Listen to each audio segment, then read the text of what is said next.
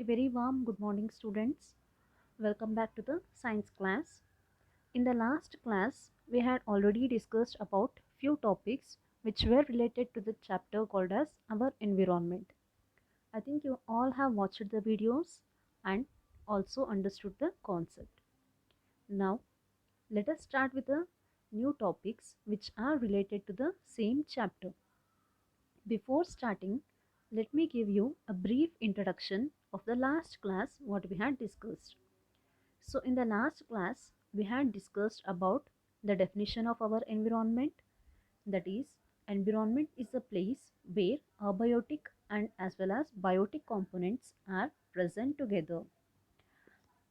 We also studied about the definitions of the terms called as biotic and abiotic components.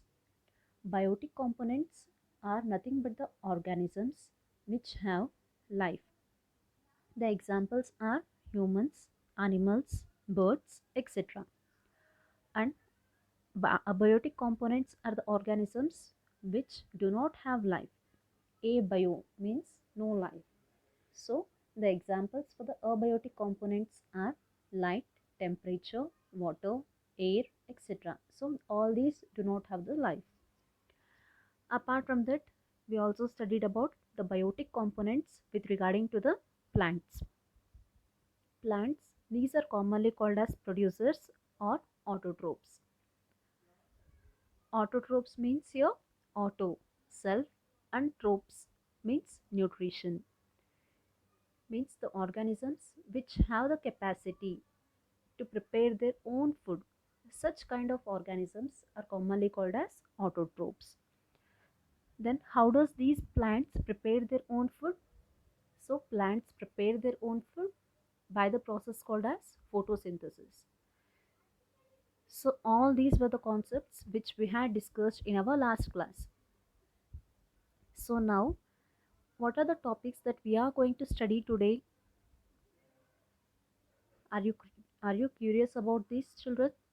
Yes. So today's concepts which we are going to discuss are as follows.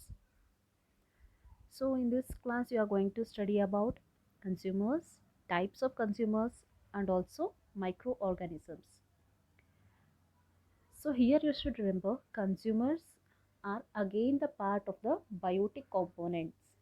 Plants, consumers, microorganisms, all these are related to the biotic components. So why are they related to the biotic components? Yes, they are related to the biotic components because they have life. Means they are the examples for the living organisms. Then what are these consumers and how are these consumers classified?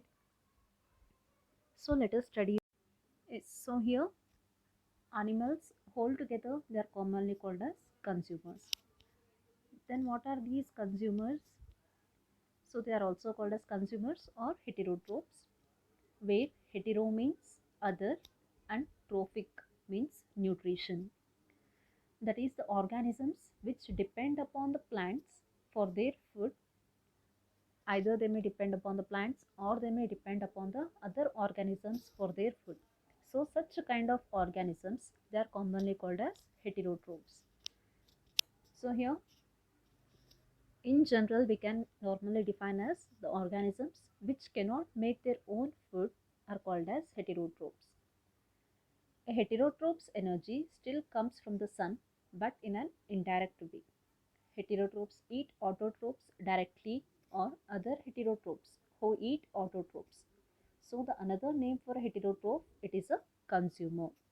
So in the third point what you are observing here it is clearly mentioned that heterotrophs they may directly eat the autotrophs or again they may depend upon the organisms which feed upon the autotrophs. Means it is a bit complicated type. So now let us understand this clearly.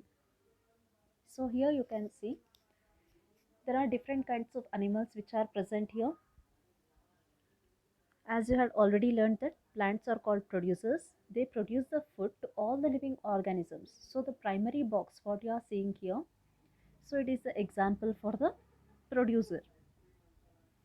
So here you can see these are the examples for the producers. It is nothing but the grass what you are able to see. So after that, the next what you are able to see, they are commonly called as a primary consumers. Then what are these primary consumers? So here you can see that it is a rabbit. Rabbits, they normally feed upon the grass. So the organisms which eat grass or plant and the plant products, they are commonly called as primary consumers. Means they do not depend upon other organisms for their food. So they are directly depending upon the producers. So such kind of organisms, they are commonly called as the primary producers. And after the primary producers, what will be the next type of consumer? Sorry, after the primary consumer, what will be the next kind of the consumer? So the next kind of consumer will be the secondary consumer. Then here you can see the secondary consumer. Then what are these secondary consumers? Secondary consumers, they depend upon the primary consumers for their food.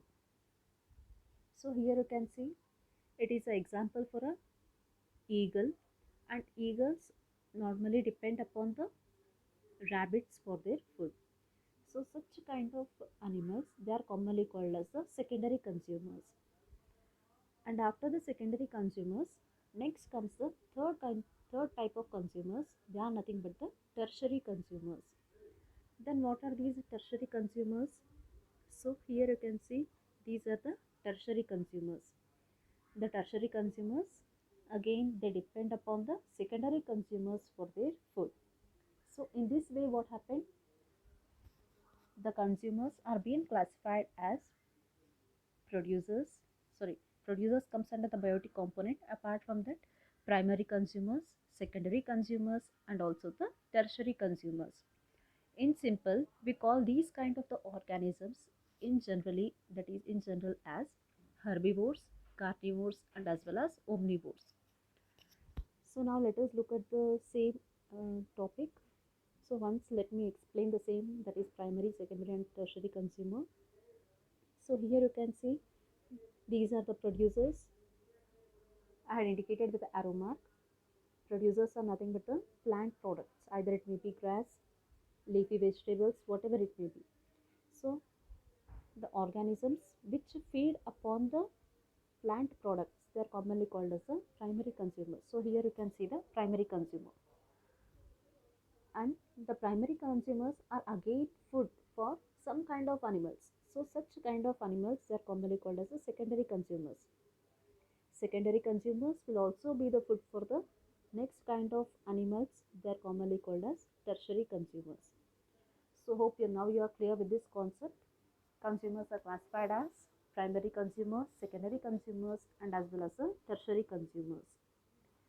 So now let us go on to the next topic. So here you can see the different kinds of examples. So shrimp, cow, rabbit, caterpillar, tadpole, and cricket.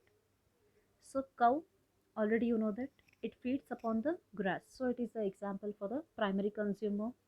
Rabbit also, it is an example for the primary consumer. Caterpillar also comes under the primary consumer. Tadpole, cricket, these both are the examples for the secondary consumers. And shrimp, it will be the assignment for you, which you need to find out whether it belongs to the secondary or tertiary consumer. Okay children, so now let us move on to the next slide then. So these are the examples for herbivores, carnivores, and as well as omnivores. So herbivores are the organisms which feed upon the plant products. So here you can see it is an example for cabbage, then onion is there, carrot. So all these are the different kinds of the vegetables. So what are the organisms present? Rabbit, cow, zebra, deer. So all these are the different kinds of the examples. So here you can see it clearly. And after that, the next kind of the classification, it is the carnivores. So carnivores, you can see clearly here, the organisms which eat the meat products. So here you can see the meat. So what are the different kinds of the examples then? Snake, lion, tiger, fish. Sorry, fish is eaten by crocodiles. So all these are the examples for the carnivores. And after that, the next one, it is an example for the omnivore. So here you can see the omnivore. Then what are these omnivores? Omnivores are the organisms which feed upon both plant and as well as the animal products. Then what are the examples for these kind of the classification? So here you can see the bear, pig, animals, and also hen. So all these are the animals which belong to the omnivore kind of the classification. Then can we consider human beings as omnivores? Yes, of course. There are some people who eat both the plant products and as well as the animal product. Either it may be the milk, egg, and also the meat of the other organisms. So all these are eaten by the human beings. So we are considered as the omnivore kind of classification. So what will be the next kind of classification? In the biotic components, are you curious about it? Yes. So the next kind of the classification, it is nothing but microorganisms. Then what are these microorganisms? Microorganism is a microscopic organism which may be single cell or multicellular organism. The study of microorganisms is called as microbiology. Means the name itself indicates micro means very much small. So these kind of organisms cannot be seen directly through our naked eyes, and we have to make use of the instrument called as a microscope in order to view these kind of the organisms. And the study of these microorganisms, it is commonly called as microbiology. Then do these microorganisms play an important role in our day-to-day life? Yes, microorganisms are both helpful and as well as harmful in our day-to-day life. But how they are helpful? So that we are going to discuss today. So here, importance of microorganisms, they are commonly called as decomposers. But why they are commonly called as decomposers? So now let me explain it. We know that consumers feed upon the plants or smaller animals, but microorganisms only feed upon or eat the dead and decaying plants and animals, means which are not having the life. So they are commonly called as decomposers. They start to decompose the dead bodies of the animals. So they are commonly called as decomposers. And the second point, it is the help in recycling of the minerals. How do they help actually? So let us understand it. Due to the decomposition process by the microorganisms, the minerals which are already present in the dead bodies of the plants and animals, they start to enter up into the soil.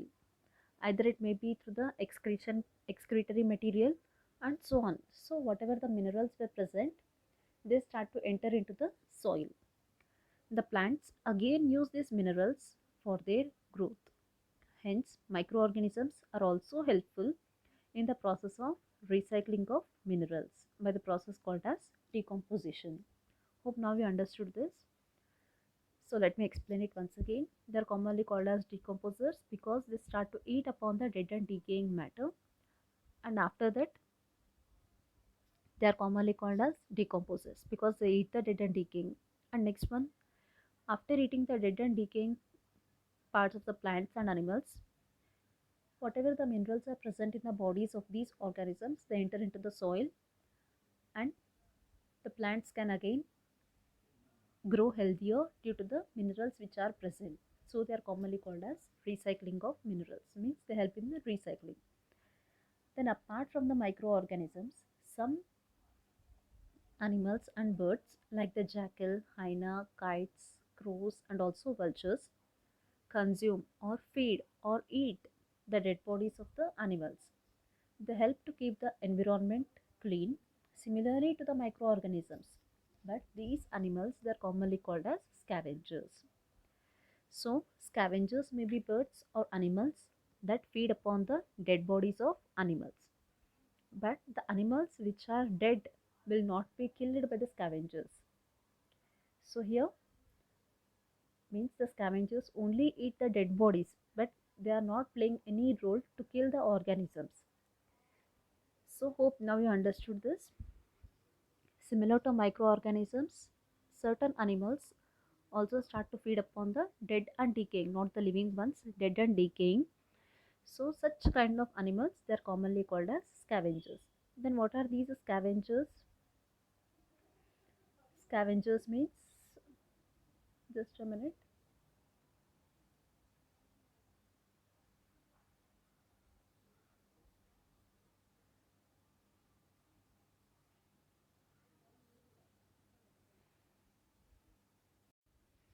Scavengers means the animals which eat upon the dead bodies of the animals. So, hope now you are clear with this concept. Then, what are the examples of these microorganisms? So, here you can see the different kinds of the examples. So, there are different kinds of the bacteria, virus, yeast, algae, molds. So, all these are the examples for the microorganisms. So, including the virus which has been entering into our life now, that is nothing but the coronavirus. It is also an example for a microorganism. So, now you are understood. Now you have tried to understand what are the different kinds of the microorganisms, I think. And now let us try to summarize the concept what we had studied now. So, before that, I would like to give the assignment like we have to find out what are the advantages of the microorganisms and also the disadvantages of the microorganisms in our day-to-day life. So, apart from the advantages, like as already I told, decomposition, you might be noticing that whatever the milk is present in your home, when you add a few drops of the curd, automatically it turns up into a curd. But how it is possible? It is possible due to the lactobacillus which is present in the curd. All these are the examples for the microscopic organisms. So you have to try to collect some more examples which are related to the advantages and also the disadvantages. And now let us summarize what all we had studied today then. So in today's class we had learnt about consumers, types of consumers and also the microorganisms. Consumers are the organisms, nothing but the heterotrophs, means they cannot prepare their own food, so they depend upon other organisms for their food. Types of consumers: herbivores, carnivores and as well as omnivores, nothing but the primary consumer, secondary consumer and also the tertiary consumer. Microorganisms: the organisms which cannot be seen from our naked eyes, and we have to make use of the microscope. And the study of these microorganisms, it is called as microbiology. Microorganisms help in the process called as decomposition, so they are called as decomposers, and they also help in the recycling of minerals. And certain animals like vulture, hyena and all, they are commonly called as scavengers. So now you are clear with this all these concepts, I think. If you have any doubts, just put a message to me or you can call me. So that's it for the today's session, children. Hope you learned new ideas with these things and try to find out the advantages and disadvantages of these microorganisms in the next class, that is on Monday. So that's it for the today's session, children. Thank you. Have a great day. Stay home, stay safe.